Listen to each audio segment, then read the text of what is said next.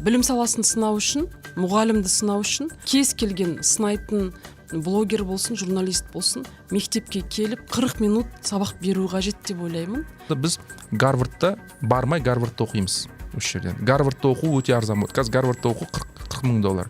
Мүмкін $10 мың Гарвардта оқимыз. Жоқ, енді қазір мектептерде оқып жатыр офлайн жүйеде. Білімнің сапасы жоғары деп айта алмаймыз ғой. Сондықтан да біз қазір сандық технологияларға өтуіміз керек. Ауылдағы ең мықты деген балаларды мысалы қалаға алып келу жөнінде. Қазір мектеп білімнің сапасын қамтамасыз ете алмайтын болды. Кез келген баласының болашағын ойлайтын ата-ана ол репетиторлық орталыққа жүгінуге мәжбүр. Біз мысалы қазір 625 мың бала кедейшілік отбасыларда өмір сүріп жатырмыз деген өзіміздің жалпы ресми статистикамыз бар. Дегенмен біз мұғалімнің айлығын көтердік. Бірақ мұғалім өзінің 40 минуттың сабағында баланың білімінің сапасын қамтамасыз ете алмай жатыр. Ауылдағы педагог мамандардың сапасы жөнінде олардың біліктілігін қалай арттырамыз?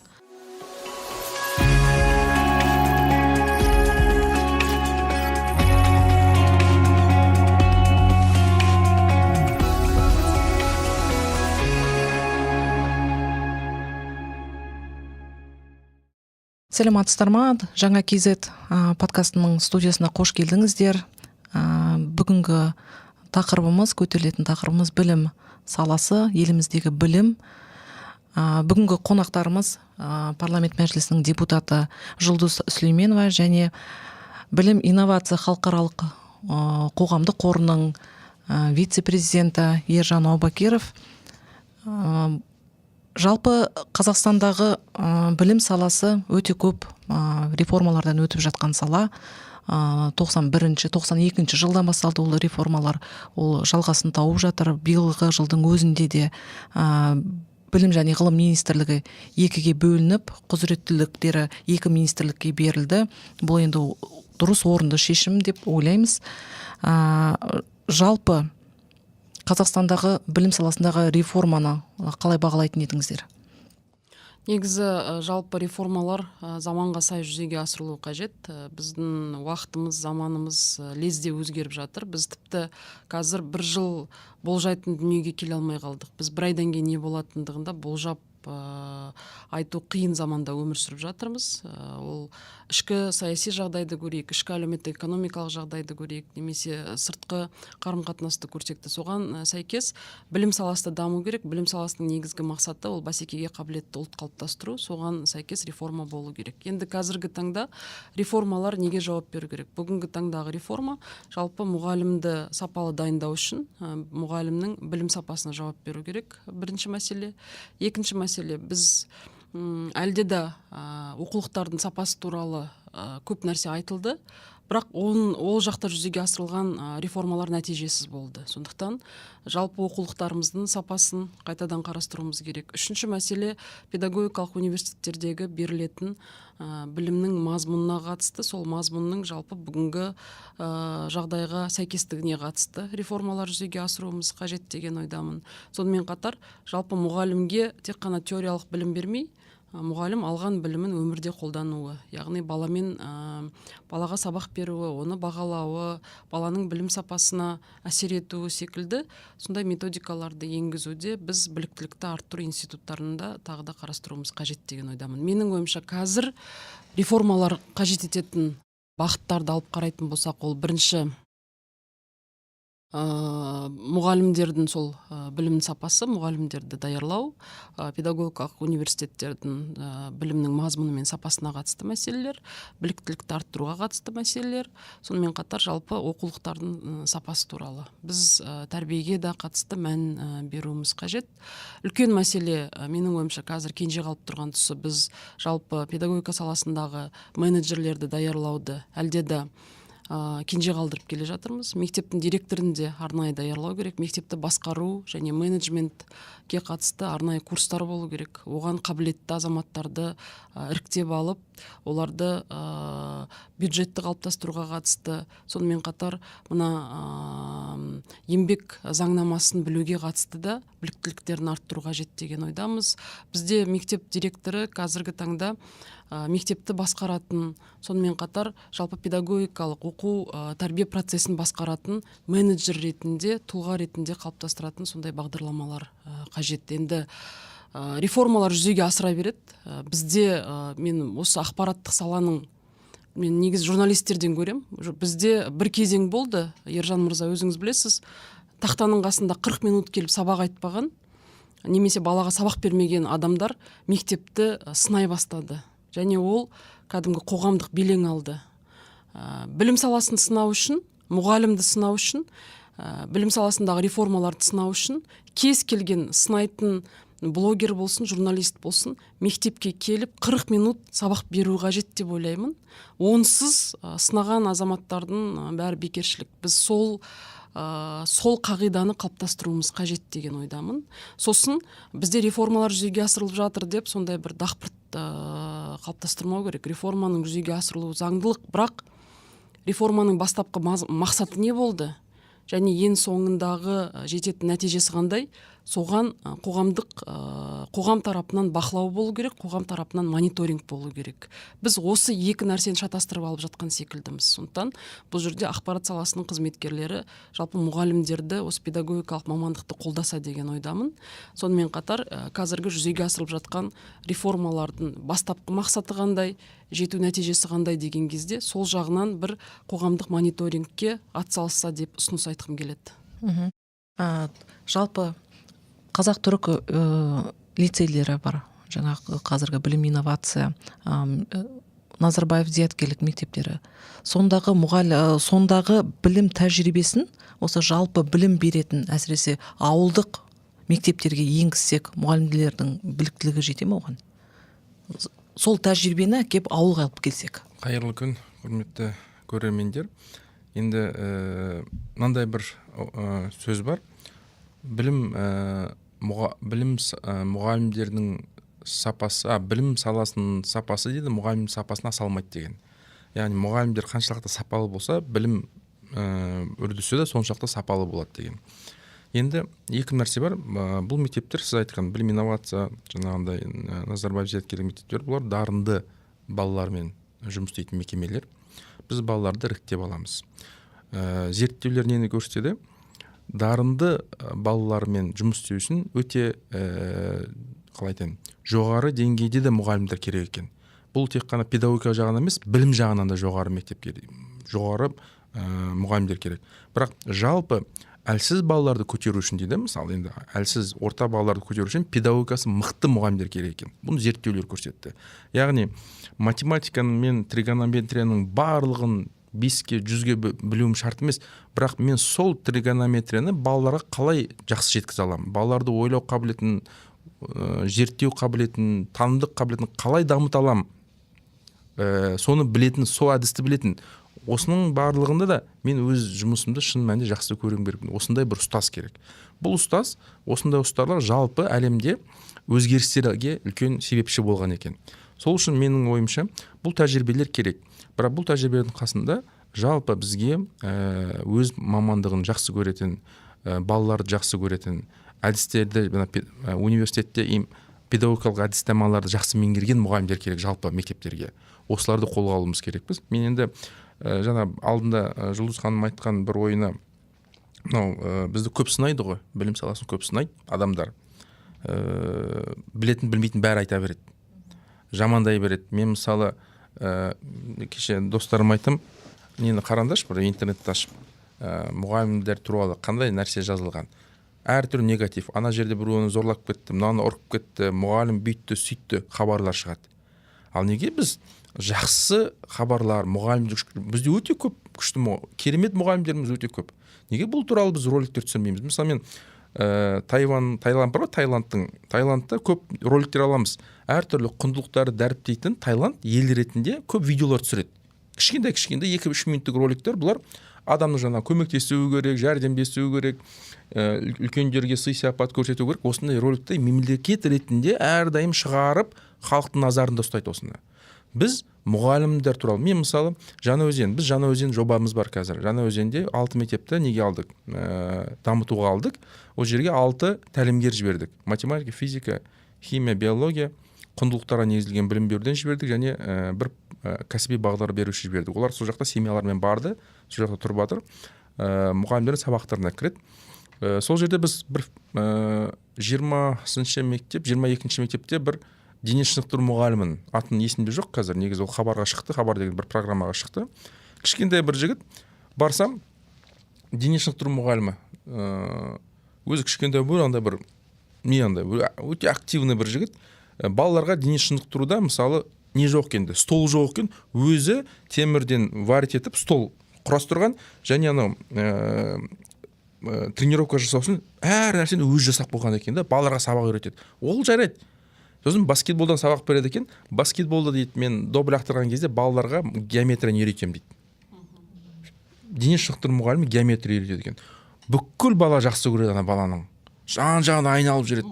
Мұғалімді қатты жақсы көреді. Мысалы осы мұғалімді шығарып, көрсетіп, осындай үлгілер бар. Бұлардың барлығын инфопоток жасау керек. Сонда адамдарда жалпы ұстаздыққа қарсы жақсы ой болады. Мүмкін блогерлердің өздері де басқаша қарайтын болады. Мен осындай да дүниелер алып келдім. Мұғалім мәртебесін тек қана заң ол бір. Заң ең басты заң. Бірақ екінші жалпы қоғамдық пікір туғызуымыз керекпіз. Бұрынғыдағы милициялар сияқты ғой сол. Қазіргі кезде екінші анекдоты көп.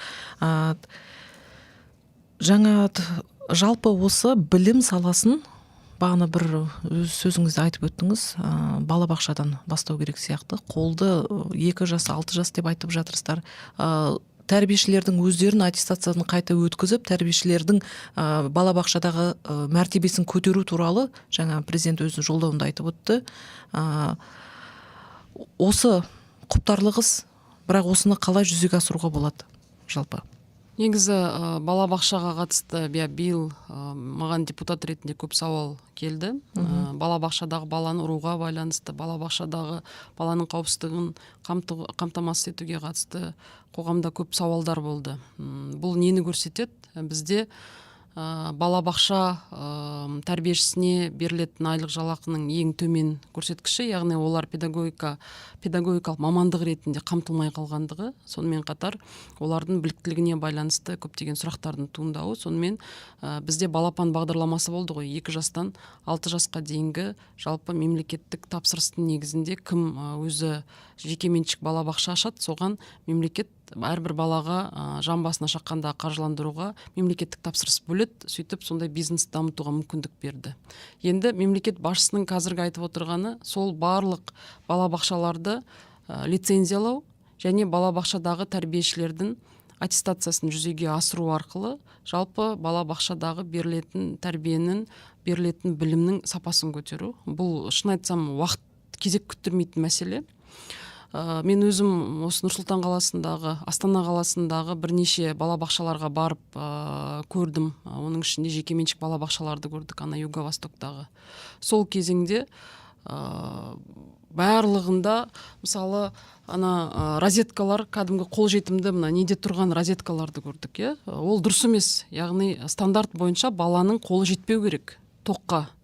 Яғни бұл балаға қауіпті деген дүние. Бізде сондай стандарттарды енгізу керек. Соған байланысты барлық жекеменшік балабақшалардың сол стандарттарға сәйкестігін тағы қарап өту керек, лицензияны беру керек. Қазіргі таңда лицензия берілмейтін болды соңғы 10 жылда. Яғни әркім өз хабарлама жібереді, электронды үкімет арқылы мен балабақша ашып жатырмын. Болды, сол хабарламаның аясында ол жұмысын жасай береді. Болды. Ал қазіргі таңда соның бәрін қайта қарау керек. Тамаққа қатысты, балалардың жататын жеріне байланысты, балалардың жаңағыдай санитарлық эпидемиологиялық жағдайдың қамтамасыз етуіне байланысты бұл лицензия қажетті. Қазір оқу ағарту министрлігі жүйелі жоспарын құрды. Алғашқыда аттестациядан өтпей қалған балабақшаларды қамту мәселесі, кейін тағы да лицензияны қарастыру мәселесі, ол кезең-кезеңмен жүзеге асырылады. Ол мемлекеттің деңгейінде. Енді балабақшалардағы оқу сауаттылығы, мен таңғалғаным, бізде ол жерге де жаңа модель енгізілді соңғы 2 жылда. Яғни балалар ойын арқылы оқыту, сонымен қатар сол балалардың дағдысын дамыту. Енді бізде Киикова Гаухар деген осындай эксперт маманымыз бар, өзі Ұлыбританияда, Америка құрама штаттарында оқып, осы саланы зерттеген ғалым. Сондықтан да сол ғалым ретінде өзінің ұсыныстарын енгізіп, институт ашып, ойна деген сол балалардың жалпы ерте жастан дамуына байланысты өзінің концептуалды ұсыныстарын мемлекет деңгейінде көтеріп жүр. Менің ойымша өте орынды ұсыныстар бар. Мен жалпы депутат ретінде өзімнің ұсынысым қандай болды?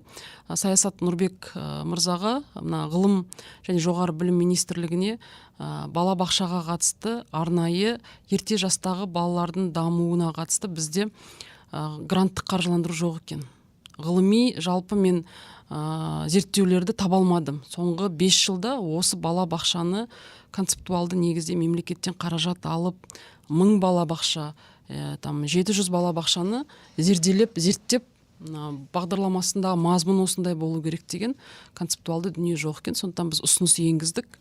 Біз гранттық қаржыландырумен ғылым жобасы аясында осы бала бақшаларды зерттеп жүрген, балалардың ерте жастан дамуын зерттеп жүрген ғалымдардың тобын құру және оларға арнайы гранттық қаражат бөлу 3 жыл, 5 жылда біз нақты көруіміз керек. Бұл мемлекеттің негізгі стратегиясы, жалпы бұл ұлттық қауіпсіздігінің негізгі бөлімі деп біз нақты айтып көрсеттік. Екінші үлкен мәселе педагогикалық университеттерде мектепке дейінгі оқыту және білім деген бөлімді даярлайтын университеттерге арнайы лабораториялар ашу. Бізде жалпы балабақша қандай болу керек дегенде лабораториялар жоқ.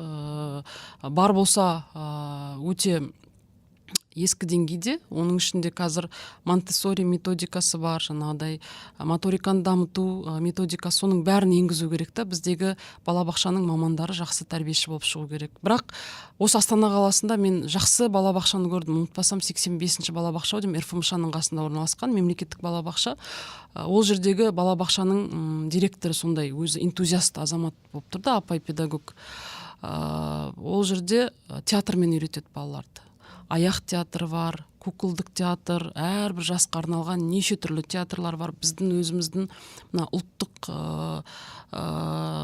тұлғаларымызбен, ұлттық ертегілерімізбен театр енгізіп қойған. Сосын 5 жастан бастап есіктің алдында олар бақша егеді екен. Әрбір бала өзі суарады. Соның өзінің бір кәдімгі бағдарламасы бар екен. Сондай осындай нәрселерді біз кеңінен таратуымыз керек, кеңінен тәжірибесін енгізуіміз керек. Енді қазір мені ойландырып жатқан Түркістан облысындағы балабақшалар, жалпы Түркістан облысының халқы тығыз орналасқан өңір болғандықтан проблемалар да бар. Мысалы, бір ғана Түркістан облысында 1040 жекеменшік балабақша бар. Ол жердегі балалардың саны да өте көп. Сондықтан да ол жердегі мемлекеттік тапсырысқа қатысты көптеген сұрақтар туындаған, біз соны жүйелі негізде шешіп жатырмыз. Осындай мәселелер, енді ол әрбір өңірдің өзінің ерекшелігі бар, өзінің проблемасы бар. Оны оқу ағарту министрлігімен мүмкіндігінше жалпы концептуалды негізде шешіп жатырмыз. Көп нәрсе бюджетке қатысты. Бюджет енген кезде қаржы министрлігімен отырып шешіп, заңнамалық негіздерін іздестіруде. Жалпы осы білімдегі инновация қазіргі күнгі қандай деңгейде, сол туралы кішкене өздеріңіз ойларыңыз айтып өтсеңіз, білімдегі инновация осы. Енді инновация деген ұғым енді кең ғой. Әр нәрсені инновация ретінде қарауға болады. Жалпы бір ең үлкен маңызды мәселе қазір біз сандық сауаттылық дейді ғой, цифровизацияға баратырмыз. Барлық мысалы 2030-да енді Америкада, жалпы батыста әртүрлі ұғымдар бар. Білімнің артық осындай бір ортаға өтетіні. Мысалы, бұны Саясат мырза да кезінде айтқан, бұрынғы жұмысына істеп жүрген кезде, қазір біз лабораторияларды балаларды мен бірақ қана тарапын айтам. Балалар мысалы қолмен істейді, құямыз, мысалы реактивтерді жасаймыз, өзіміз қолмен жасаймыз, қолмен үйренеміз бір нәрсені. Бұл біраз шығынды, бірақ жақсы үйренеміз. Бірақ мұғалімдер оны көру мүмкін, сатып алу қиын, оны әрдайым қолды күйдіріп алу мүмкін. Осылын дейді, қазір батыста тактильность деген нәрсе бар, VR, AR деген очкилер бар. Бала дейді, онлайн лабораториялар қолына печаткені кетті, үстіне кәдімгі лабораторияның ішінде отырып жұмыс істеп жатқан сияқты отырады. Және лабораториялық жұмыс жасаған кезде, тәжірибелер жасаған кезде, ол қолмен сезеді оны. Мысалы мен бұл осы 3-4 жыл бұрын сұрағам, қай деңгейде деп. Өйткені бізде қазір лабораторияларда сезбейсің. Онлайн лабораторияда әсіресе оны істеген кезде қолмен қоспайсың, оның бәрін электронды жасайсың да, тура сондай болмайды.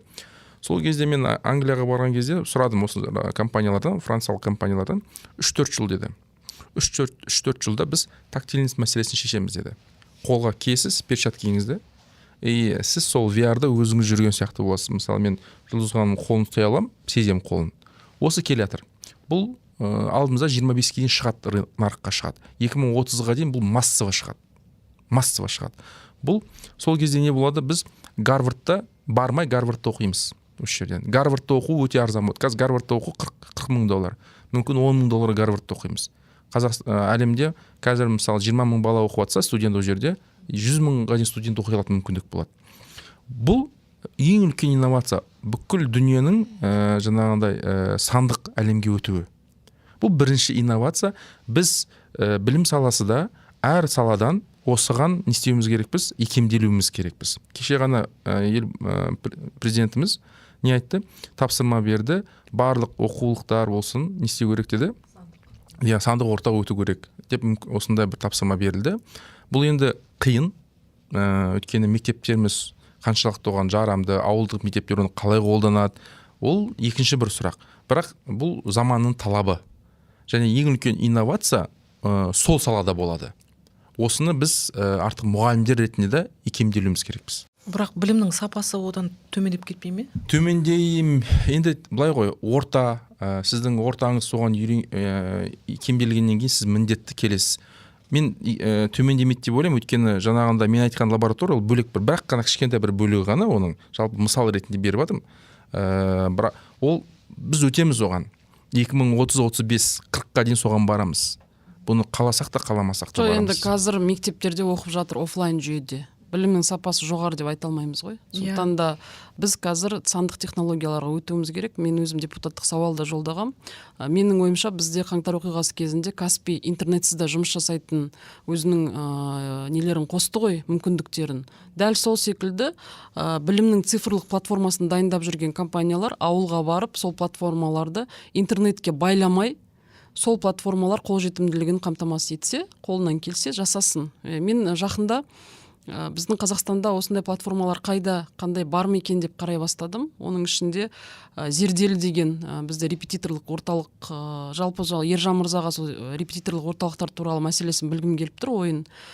Қазір мектеп білімнің сапасын қамтамасыз ете алмайтын болды. Кез келген баласының болашағын ойлайтын ата-ана ол репетиторлық орталыққа жүгінуге мәжбүр. Өйткені баласы мектепте сондай сапалы білім ала алмай жатыр. Енді баланың сапалы білімін қамтамасыз ету керек қой. Сондықтан қайыққа барады, сондай орталықтардың бірін өзім зерделеп қараған кезде маған Зерделі деген орталық ұнады. Ол жерде бүкіл контенті бойынша дүниелері бар екен. Соның ішінде өздерінің платформалары да бар. Яғни сабақты жазып алуға қатысты. Осының бәрін енді енгізу керек. Бізде бір қызық дүние болып тұр. Мемлекеттік деңгейде өздерінің тапсырып алып жатқан компаниялар бар, бірақ олардың жалпы тәжірибесі нәтижелі болмай жатыр. Ал мемлекеттен бір тиын қаражат алмай жасап жатқан компаниялар бар. Олар мемлекеттік осындай мектептерге енуде бір интеграция болмай тұр да. Біз соған қазір бұл нарық қой. Нарықтың заңдылығына сәйкес ашықтықты қамтамасыз етуіміз қажет та. Қай компания шын мәнінде контент сапалы болып тұр, соны алып келу керек болып тұр да. Бұл жерде коррупцияға жол бермей, осыған келсек, менің ойымша бізде де бар. Бізде мысалы Алматы баспасының барлық контентін Topic IQ деп жасап, соның таныстырылымында көрдім. Дарын онлайн бар. Онлайн мектебіміз бар. Яғни барлық контенттерді саралап қарап, ішіндегі ең сапалысын, ең ауылға қолжетімдісін апарып, енгізе беруіміз қажет. Менің ойым осы. Ал енді мен сізден сұрайын деп едім, жалпы біз репетиторлық орталықтармен біз қалай оны заңдастырып, қалай реттей аламыз бұл жұмысты? Енді оны өте реттеу деген енді оңай болмайды. Себебі бұл бір табиғаттың заңдылығы ғой. Бір нәрсеге қол жетімді болмаған кезде, сұраныс көп болған кезде, ал оның ұсыныс аз болса бұл туындайды бұл мәселе. Бұл не үшін пайда болды? Білім инновация жаңағындай Назарбаев зияткерлік мектептеріне балалардың саны көбейді. Оқуға қабылданып түскісі келетін. Мектептер белгілі аз. Сол себептен бұл не орталықтар мынау жаңбырдан кейін шыққан саңғырауға шыға береді бұл өкінішке орай. Және бұл инклюзияға да қарама қайшы, білесіз де, инклюзияда, яғни доступность дейді ғой образование. То есть бұл жерде түбегейлі өзгеріс керек. Бұл жерде жалпы бұны батыс шешіп тастаған. Батыста негізі дарынды деген жоқ қой. Олар мектептің ішінде. Мектептің ішінде. Бұның кезінде Ерлан Сағадиев мырза министр болған кезде оның ойы сондай тұғын. Ол қарсы еді дарындылық бөлуге. Ол бір мектеп жалпы, жаңа жайлы мектеп дейді, жайлы мектеп сияқты, бірақ ішінде дарынды балаға да мүмкіншілік бар, класстар, инклюзияда мүмкіншілігі бар. Бәрі бір мектептің ішінде, бірақ бала жаңағындай өзінің қабілетіне қарай бөлініп дамый береді. Қазір Сингапурдың да несі сондай болып тұр, стратегиясы, баланың қабілетін жан-жақты ашу. Оны сіз или біз заңнамалық тұрғыда бұған кедергі жасай алмаймыз. Мысалы, мен бұны Кореядан білем. Кореяның білім, Кореяда хагвон деп аталады. Бұлар, бізде бұлар курс десе, олар хагвон. Университетке түсу қиын Кореяда. Бала өте көп. И барлық бала 9-шы класстан бастап тестке, жаңа курстарға барады университетке. Күні-түн дайындалады. И бұл балаларда артық суицид көбейіп жатады. Өте көбейді суицид Кореяда. Бірінші орында Корея суицид. Неге? Бала дайындалады, бірақ соншама ақша жұмсайды. Бірақ қана бала бар үйде. Әкесі бүкіл ақшасын құяды. Бала грант ала алмайды, университетке түсе алмайды. Өйткені университеттер өте аз. Бала ең соңында мен өмірім бітті дейді. Все, мен артық нем жоқ. И суицид көбейе бастады. И мемлекет не істеді? Мемлекет. Бұл хагвондарды жауып бастады. Болмайды, бармайсыңдар. Бірақ адамның табиғаты ғой бұл. Олар түнде бара бастады, түнде. Хагвондар, түнгі хагвондар ашыла бастады сағат 12-ден таңғы 8-ге дейін. Бірақ жабық, как подпольный казинолар сияқты. Бұның біз не дейді ондай, наказание дейді ғой жаңағындай, жабумен ол шешілмейді. Өткені бізде мектептерге деген сұраныс көп. Бұл үшін не істеу керек? Жалпы жаңағы мысалы жайлы мектеп дейміз бе? Кейбір мектептерде бұл бірден болмайды. Біз ешқашан, біздің мынандай бір не бар, өзгерісті бәрінде көргіміз келеді. Мен бұған қарсымын. Өзгерісті бір кішігірім бір бөлікте көру керек. Егер бұл өзгеріс бұл жерде болып жатса, біз басқалар жасауымыз керекпіз. Біз жаңа жайлы мектепте дедік бе? Жайлы мектепте бізде сол мектептерде осындай мүмкіндік жасау керек. Мұғалімдердің мүмкін олардың қаражаттарын шамалы басқаша қыламыз ба? Осы ортаны жасап, островок дейміз, бұларды аралдар жасап, бұларды көбейтіп, сол кезде балалар, мен билға түспесем де болады екен, или жаңағы нишқа мен мына мектебімде де білім ала аламын деп. Мендегі ойландырып тұрған дүние, қалада осындай репетиторлық орталықтар өте көп. Ауылдық жерде жоқ, бала қайда барады? Ауылдық жерде мүлдем жоқ, біріншіден. Екіншіден, қаладағы мектептер болсын, кімнің ата-анасының қалтасында қаражат бар, сол ғана қамтамасыз етіп отыр. Қаражат жоқ. Біз мысалы қазір 625 мың бала кедейшілік отбасыларда өмір сүріп жатырмыз деген өзіміздің жалпы ресми статистикамыз бар. Яғни ол балалар қандай білім алып жатыр, білімнің сапасы қалай, оның физикалық дамуы қалай, интеллектуалды дамуы қалай кітап оқып жатыр, жалпы дамуы қалай деген кезде ешқандай министрлік ол сұраққа жауап бере алмайды. Оны ешкім қадағаламай ма сонда? Мәселе қадағаламағанда емес, мәселе жалпы жауапкершілікте. Яғни біз әлде де жоқ, ол ата-анада емес, біз әлі әлеуметтік саясатты жүзеге асыруда біз қаржы берсек, мысалы АСП төлесек шешіп тастадық деп ойлаймыз да. Мәселе онда емес қой, біз сапалы біліммен қамтамасыз етуде, ауылдық жерлерге осындай механизм алып баруда шынымды айтсам көп ойланып жүрмін. Мүмкін ауылдық жерлерге жан басына шаққанда қаржыландыруды енгізген кезде бір зерделі секілді тағы да басқа репетиторлық орталықтарды ашуға, енді ауылдар бар ғой, 300-ден мектептері 3000 баладан көп оқитын ауылдар болса, сондай нәрселерді бір қарап өткені, дегенмен біз мұғалімнің айлығын көтердік. Бірақ мұғалім өзінің 40 минуттың сабағында баланың білімінің сапасын қамтамасыз ете алмай жатыр.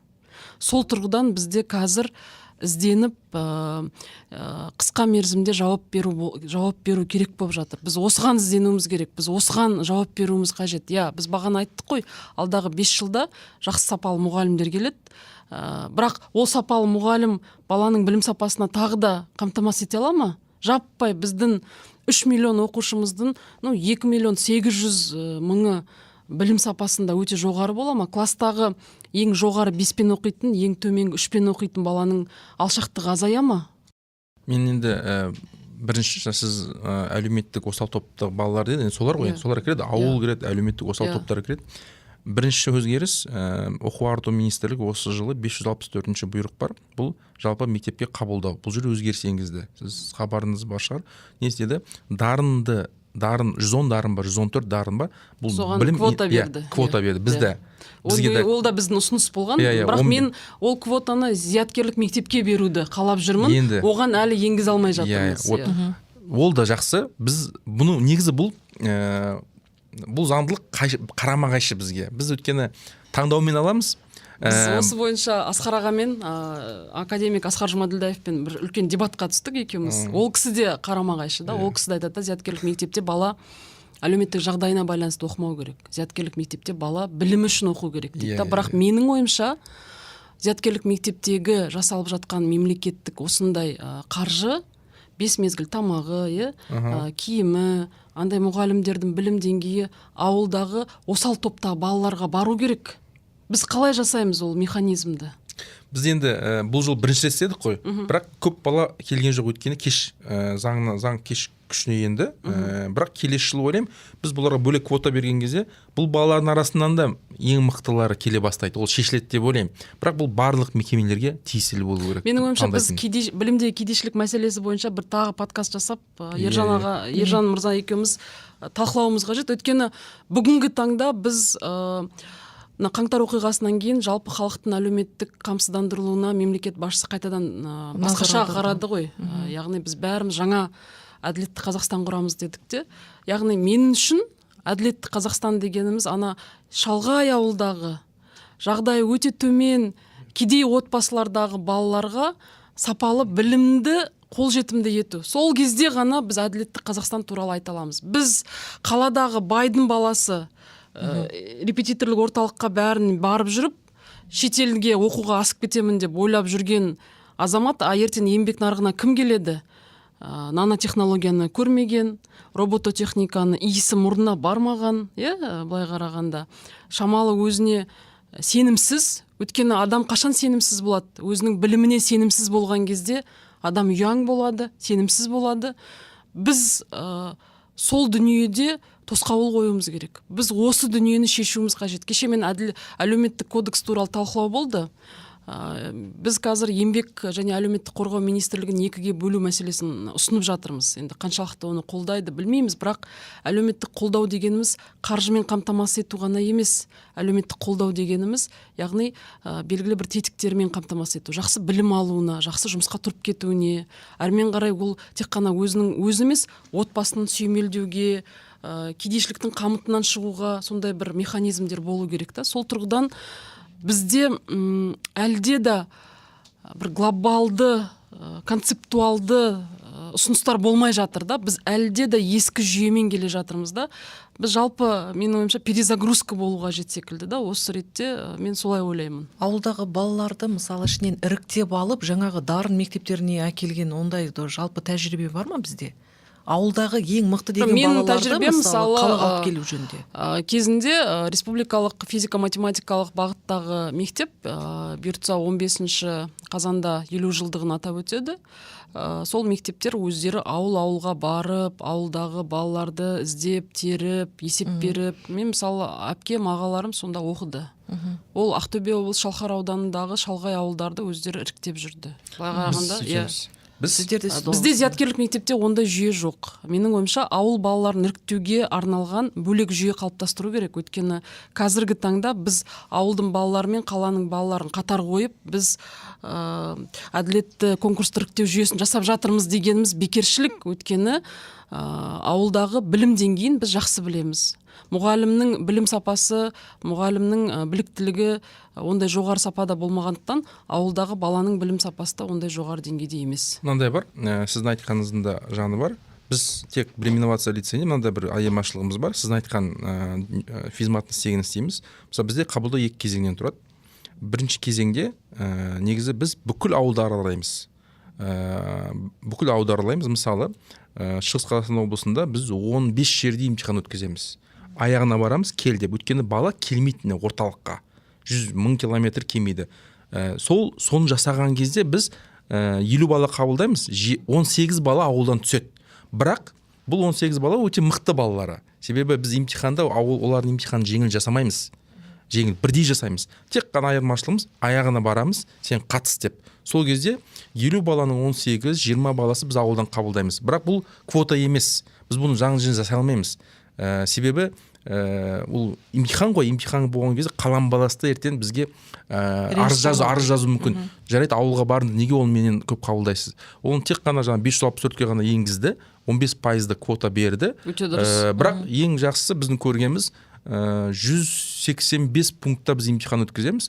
Бұл біздің білім инновация ретінде қазірге дейін ауылды қолдау үшін балаларын өте бір неміз жүріп жатыр, іске асып жатыр. Содан ауылдың балалары да келіп жатыр. Ол да сенім болады да балаларға, сол мектепке ертеңгі бір мотивация секілді да. Квота, менің түсініп отырған, менің ойымша бұл уақытша шара болады бізде. Бір 5 жылға дейінгі. Бірақ қазіргі таңдағы біз ауыл мен қала білім теңсіздігінің жоямыз десек, осы шараға баруға мәжбүрліміз. Жаңағы Назарбаев зияткерлік мектептерінде 5 уақыт тамағы бар, барлық жағына қамтылған, ауылдан көп бала алып келу керек. Енді ол жердегі ең басында ашылған кезде бұл әлемдегі ең үздік тәжірибелерді, сонымен қатар қазақстандық отандық үздік білім тәжірибесін енгізетін эксперименталды алаң ретінде ашылғандықтан және арнайы дербес білім беру ретінде заңы қабылданғандықтан ол жерде бірінші конкурстық жаңағы әділетті іріктеу деген дүние болды. Өздеріңіз білесіздер, оны біз мойындауымыз қажет. Қазіргі Назарбаев зияткерлік мектептерінде конкурстық іріктеу әділетті таза жолмен жүреді. Яғни кім дайындалады, кім математикадан, тілдердегі, сонымен қатар логикалық өзінің біліктілігін дәлелдей алатын бала оған келіп түседі. Бірақ қазіргі соңғы менің байқағаным 4-5 жылда кәдімгі арнайы жаңа айтты ғой Ержан мырза, ашылған репетиторлық орталықтар бар. Жаңбырдан кейінгі Саңырауқұлақ секілді. Олар бәрі дайындайды. Қазір біз дарынды бала деп айтуда қиын болып қалды да, өйткені дайындалған балалар келіп қабылданатын болды да. Сол тұрғыдан сол тұрғыдан мені осы Қазақстанның азаматы ретінде ойландыратыны, яғни біз ауылдың дарынды баласын ашатындай бағдарлама жасай алмай жатырмыз ғой. Мысалы 1000 бала деп, айғанат деп ашты ғой.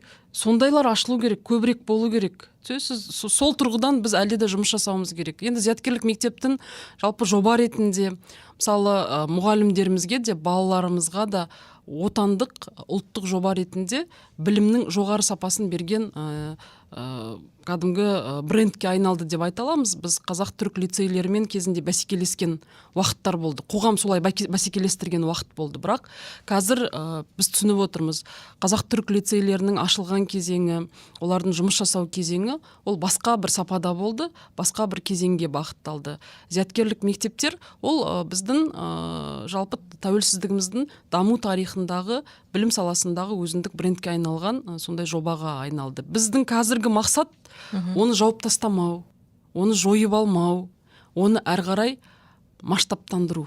Біз соған ойлануымыз қажет. Қазір мен қаншама ауылдың мектептерін аралап жүрмін. Жаңа салған мектептер қолайлы ортаны қалыптастыруда олар зияткерлік мектептерден асып түспесе кем түсіп жатқан жоқ. Бірақ енді сол мектептерге баратын мазмұн. Қазір мемлекет басшысы жайлы мектеп деген жобаны айтты.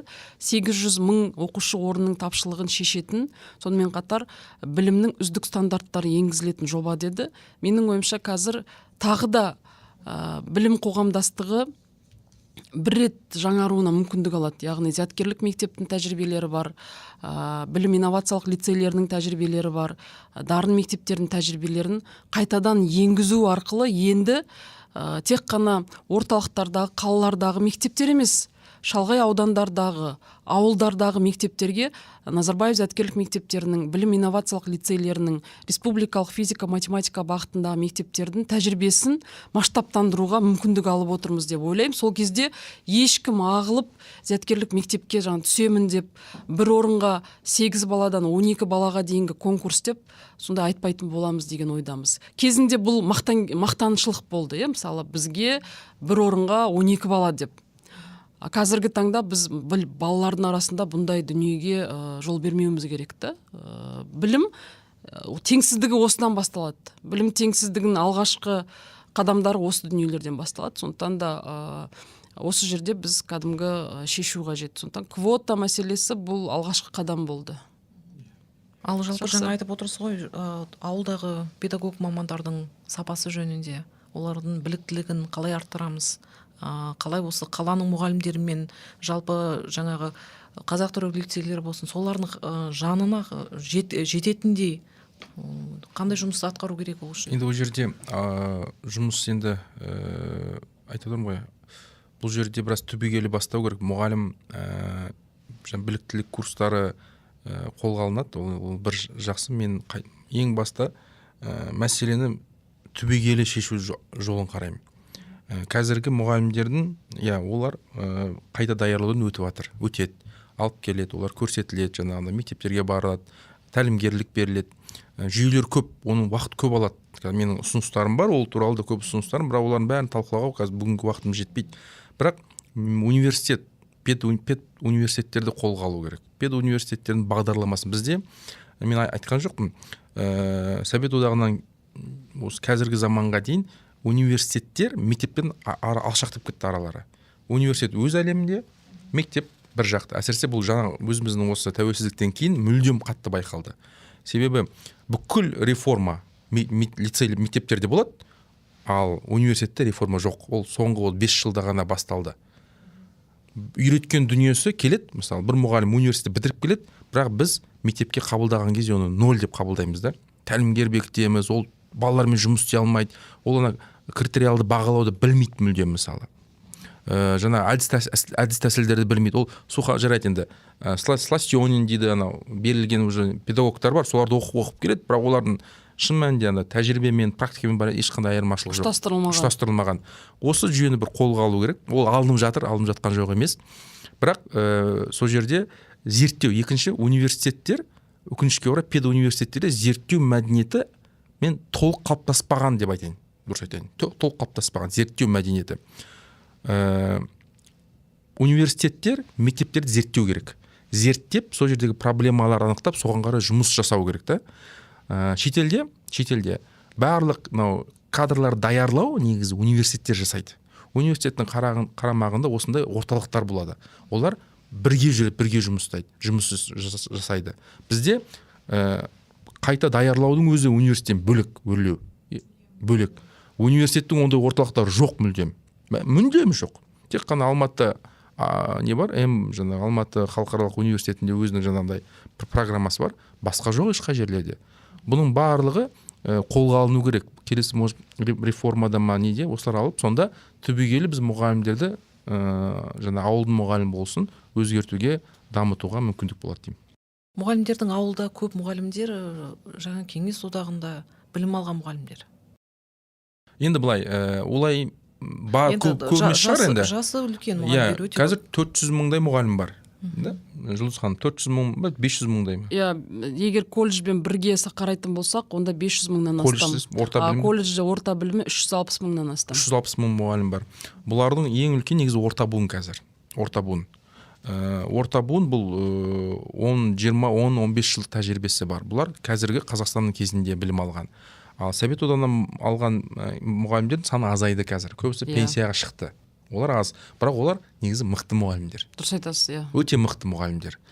Мен ол мұғалімдер сабақ берді, маған да сабақ берді. Қазірде сабақтарына көреміз, олардың ұстанымдары бар, жұмыс істеуді біледі, білімдер өте жақсы. Бірақ қана жас 50-ден асқасын, 55-ке келгесін кейбір инновацияларды қиналуы мүмкін. Бірақ мен олардың біліміне, несіне ешқандай күмәнім жоқ.